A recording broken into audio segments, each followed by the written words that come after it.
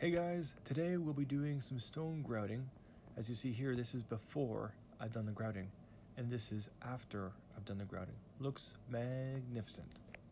So this part of the trim on the left side of the fireplace has not been grouted. However, as we go over to the right side of the fireplace, the trim here has been grouted. I'm going to flip over to a video with the flashlight on. And you can see here that it looks much better. Fills in the shady areas as I'm going up the side of the trim of the window. You will see I've only gone up a couple feet, and towards the top you will see that I have not completed it, leaving gaps, which is very unsightly. So those will be filled in, and it will match the window trim and look like it was always meant to be there.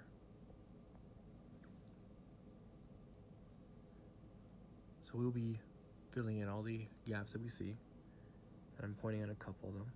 So basically anything that's greater than a 1/16, like 1/8 of an inch, that looks unsightly is going to be filled in. That way you get a nice, smooth, beautiful look, as opposed to spaces. And who doesn't like think of your teeth. If you have spaces in your teeth, it doesn't look as good. But if you fill those spaces in, your smile is bright. Now this is with the grout, and I'm just showing you how easy it is to wipe it off. And in doing so, the sponge is going to absorb some of the grout, and it's going to also clean the stone a little bit, and you just have to clean the sponge as you go. So this is me pushing it in, moving the grout all around, and then it'll be sucking up the grout at the same time. So I'll flip the sponge around or put it in the water, clean it off because it's all water soluble, and I'll put the sponge back on it, and you'll see that it's clean.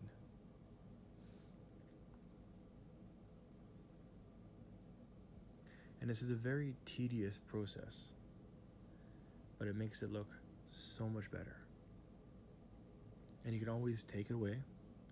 You can always add more.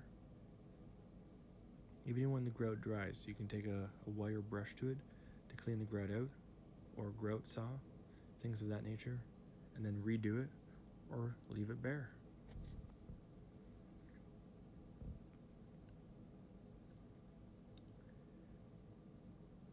Now here, I did the sides and at the bottom, and I left the left side ungrouted to show you the difference and how it looks.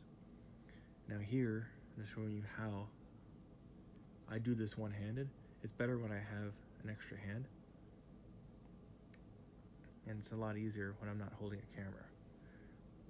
So it makes it look really, I'm making this look really bad compared to how I would normally do it.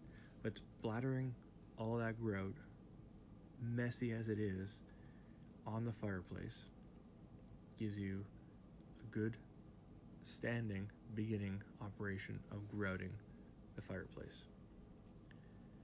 Then you get to push it into and around where the bezel is going to sit, and then you can clean off the excess with a sponge after you've done this,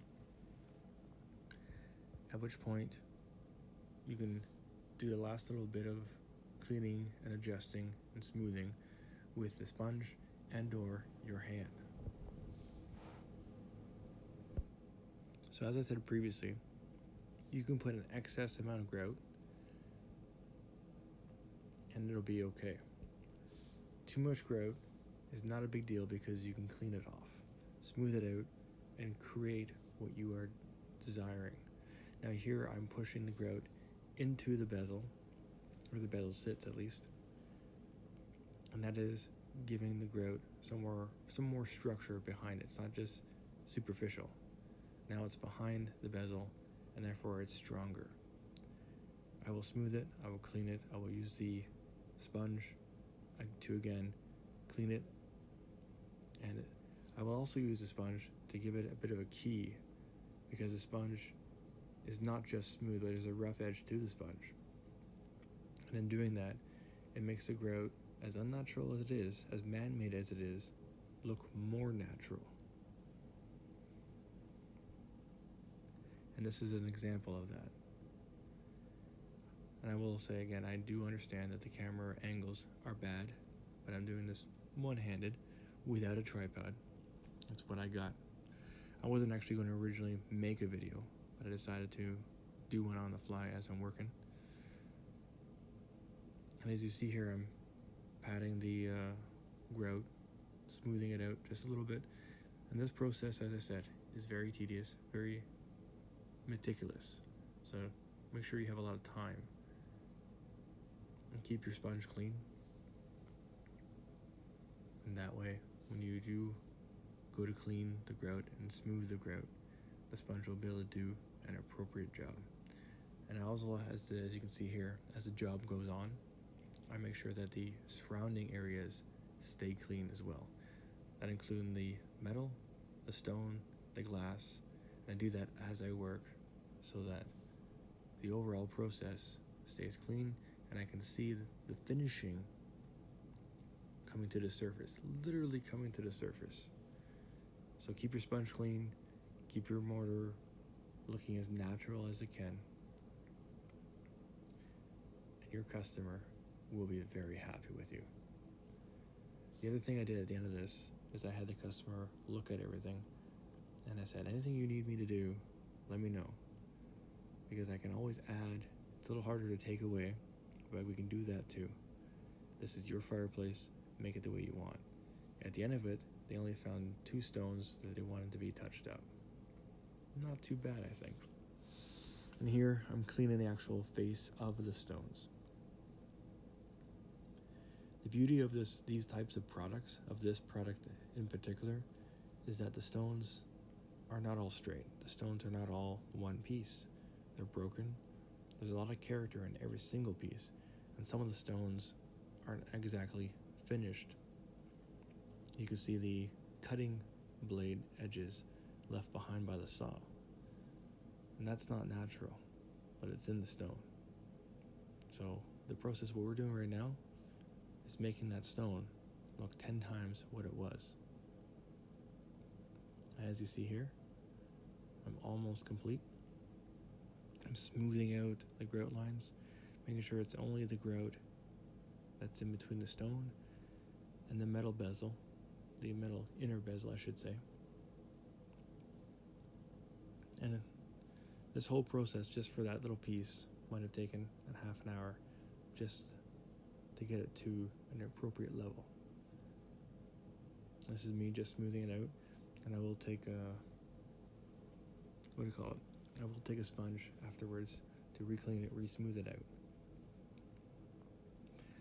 So in all, you're using any and all tools that will make the grout as good as it can be, appealing to the eye. And I repeat this again, guys. Keep that sponge clean. Keep the whole work clean, and you do this as you go.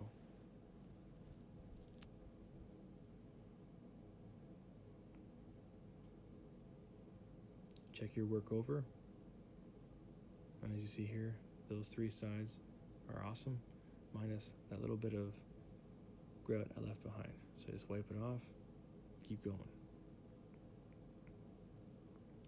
Now we're back to the right side of the mantle, and this is how we just plaster it in there. Literally plaster it in there. As I said before, this is kind of awkward because I only have one hand to work with. The other hand has to hold the cell phone for videoing, but you get the idea what's going on here.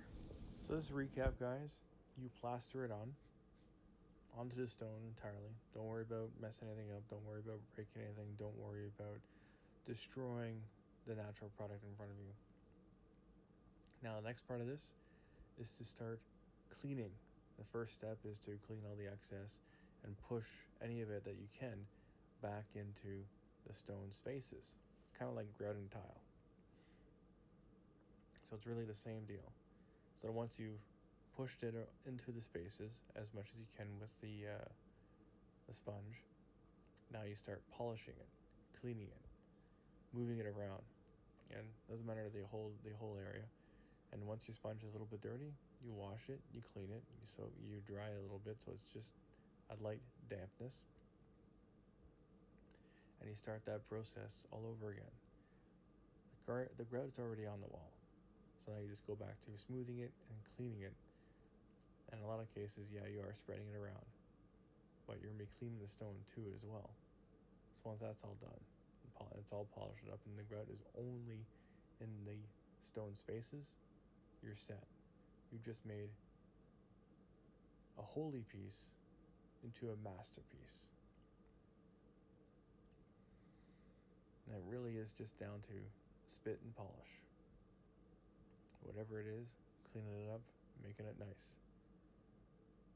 And you may miss some grout lines, you might miss some open spaces. It is okay to go back and fix that. So this is a photo when I'm almost done. Still have to do the top, and the reason why I'm doing the top is because it blends into the crown molding, which you will see right here. So this is the crown molding going right across from right to left. Thank you for watching, guys. Hope you found this video informative, and I will catch you in the next one.